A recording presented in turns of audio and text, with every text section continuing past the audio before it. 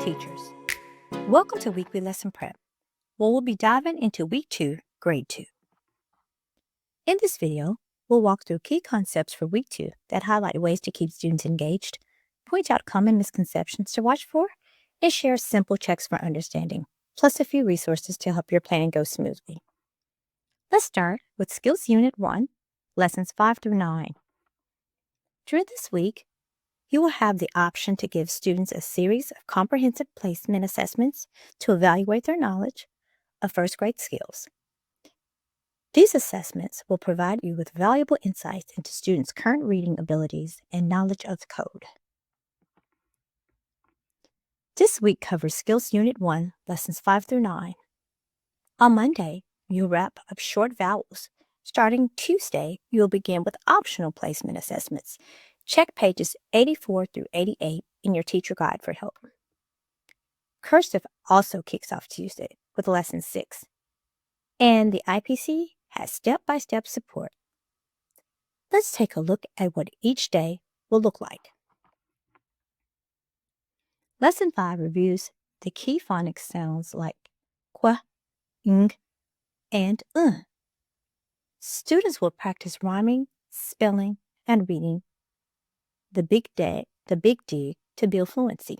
You'll check for understanding through observations, journals, and story responses. Lesson 6 includes an optional amplified placement assessment to check foundational reading skills. Students will read snacks, answer comprehension questions, and build compound words like backpack and pancake to support vocabulary and word structure. Lesson 7 continues the Amplified Placement Assessment and gives a snapshot of students' decoding, comprehension, and writing skills. Students will read words with various patterns, then read Prince Vincent to answer questions about key details. They'll finish with a picture prompt writing task using at least 5 complete sentences to show sentence structure and expression. Lesson 8 continues the placement assessment with a focus on phonics and comprehension. Students will read pattern words, answer questions about the beach, and complete a listening and matching activity using simple directions and pictures.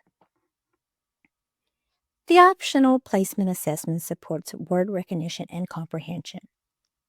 Students will read Sink or Float, answer questions on key details, and illustrate compound words to show understanding. This week's skill instruction focuses on 3 tasks. 2.2 BI, decoding words with short, long, or variant vowels, trigraphs, and blends. 2.2 B4, decoding compound words, contractions, and common abbreviations. And 2.G, evaluating details in a text to determine key ideas. These standards should not only anchor what we teach, but also guide how and why we deliver each lesson, ensuring students build both foundational decoding skills and deeper comprehension.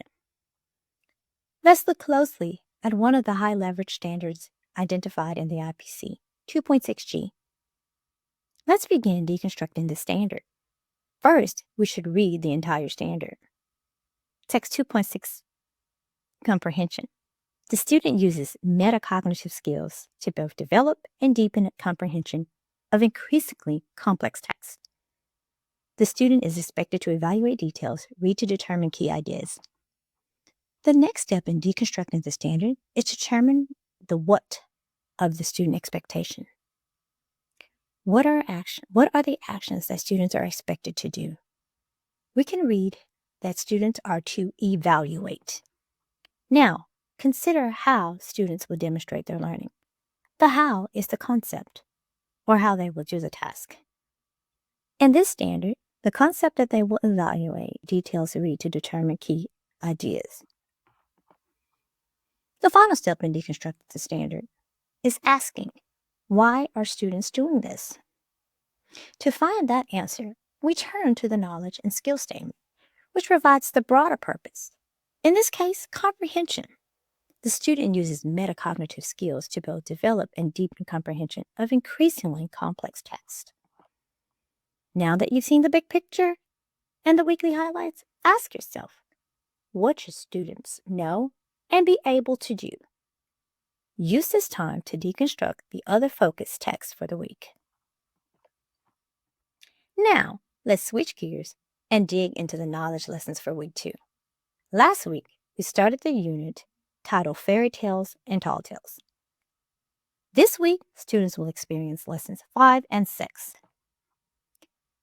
This week, students will start their iReady beginning of the year assessment and continue to read classic fairy tales and tall tales. They will continue to grow their vocabulary, practice writing, and get better at understanding the characteristics of a fairy tale. This is the instructional planning calendar for week 2 of 2nd grade Knowledge Unit 1. Monday is your first pausing point. This is a time to review, practice, or extend what students have learned so far. Check the teacher guide or the hyperlink on the IPC for pausing point activities. Tuesday and Wednesday, time is set aside for the iReady BOY diagnostic, beginning of the year. If your campus tests are on different days, adjust your schedule. The next slide will highlight each day's instruction. Pausing point in grade 2 unit on fairy tales and tall tales meant to review, reinforce, and extend learning.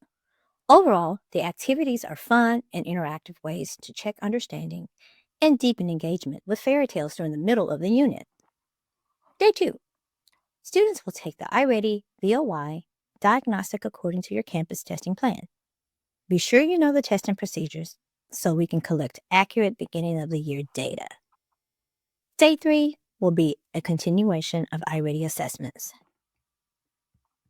On day 4, students will now return to their Amplified Tier 1 instruction starting with Lesson 5. For Lesson 5, students will identify examples of exaggeration in a short story, Paul Bunyan, and identify one characteristic of tall tales that is present in the text.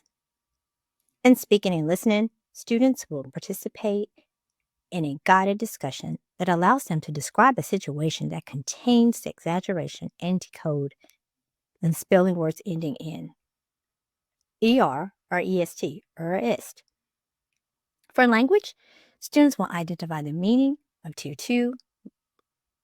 For language, students will identify the meaning of the Tier 2 word admiration and use it correctly. Finally, for writing, students will use a graphic organizer to identify elements of a tall tale in Paul Bunyan. Additionally, they will form and use singular and plural nouns. For Lesson 6, students will distinguish between real and fictional events in Pecos Bill. In speaking and listening, they will identify the characteristics of the tall tale and review examples of exaggeration in Paul Bunyan. For language, students will identify and use synonyms of the Tier 2 word tamed and explain their meaning and context. Finally, for writing, students will use a graphic organizer to identify elements of a tall tale in Pecos Bill. This week's knowledge instruction centers on Key Standards 2.9a. Demonstrate knowledge of distinguishing characteristics of well-known children's literature such as folk tales, fables, and fairy tales. But this should also be used to guide your planning on how and why you teach the lesson. Let's take a moment to break down this standard. Text 2.9a asks students to demonstrate knowledge of distinguishing characteristics of well-known children's literature. That means they need to focus on what the different characters of fictional children's literature like folk tales, fables, and fairy tales. So what are students doing? They're demonstrating their knowledge of characteristics of children's literature. How are they doing it? By focusing on the main characteristics of classic children's literature. And finally, why is it important? It is important because it allows students to recognize and analyze genre-specific characteristics, structures, and purposes with text. When planning lessons, remember to use our lesson clarity document to begin making specific decisions about the lesson and delivery. In the lesson clarity document, you will find comprehension questions, the learning objective, success criteria, bridging the knowledge, engagement strategies, and more. Review the resources and decide where they will be used in the lesson. during read-alouds of Paul Bunyan and Pecos Bill, keep students engaged with a mix of strategies. Start with think-alouds to model your thoughts. Then use turn and talks for predictions or personal connections. Have students use whiteboards for quick responses, like drawing actions or writing feelings.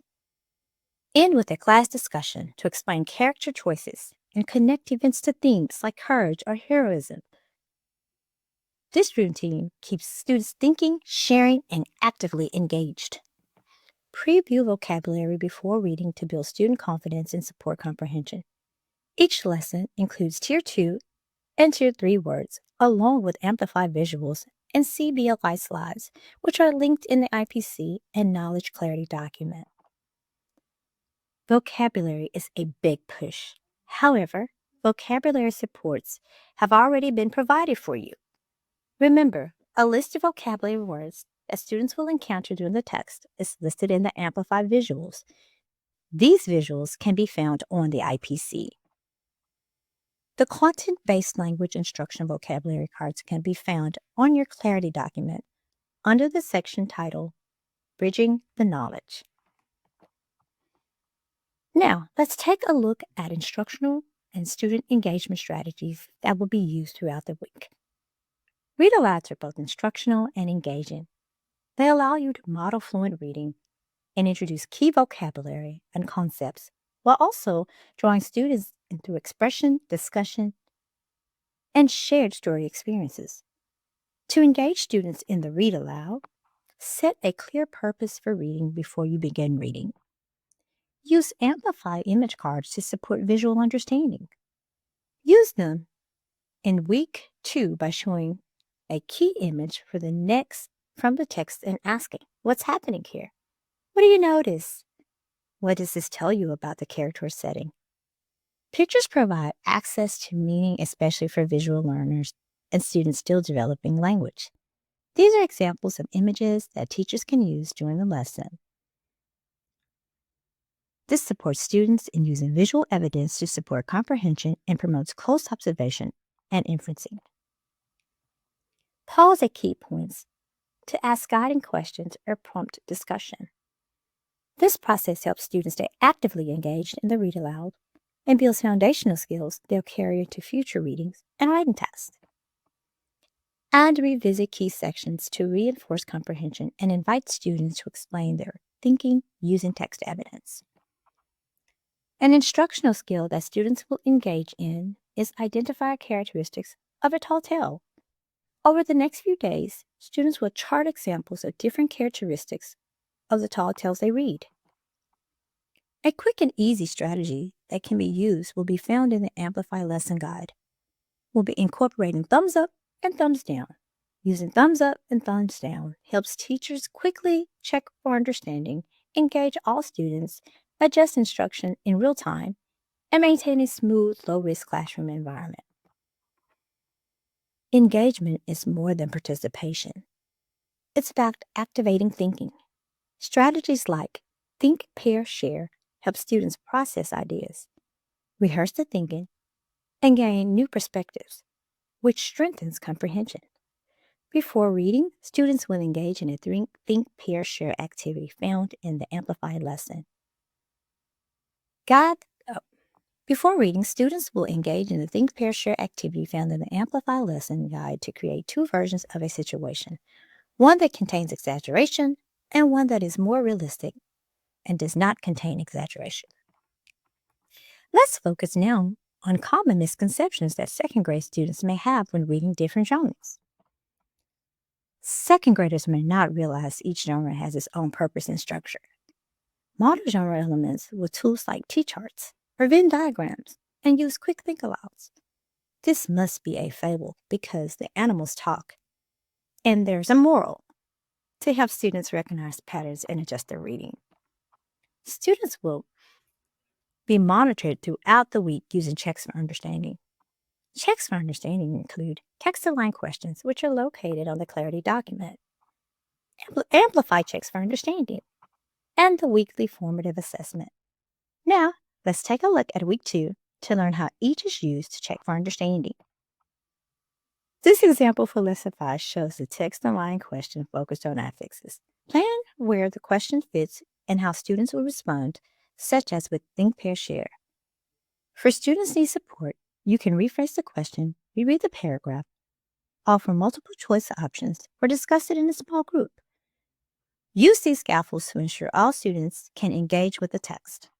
Here's an example of a check for understanding question for Lesson 6, which is designed to assess whether students can distinguish between facts and exaggerations, in statements ensuring they understand the difference between realistic events and exaggerated language. Here is an example of a weekly formative assessment. The checks for understanding, along with the text-aligned questions and discussion prompts we looked at previously, will guide students to deepen their understanding and apply their learning when they complete a WFA. Reminder, for knowledge instructions, teachers are expected to read aloud the text before having students to respond. Pause the video now to review all CFUs for the week. As we wrap up our time together, take a moment to reflect. Ask yourself, what is one insight, takeaway, or question you want to bring to your PLC conversation this week? Thank you so much for joining us today to review Quarter 1, Week 2.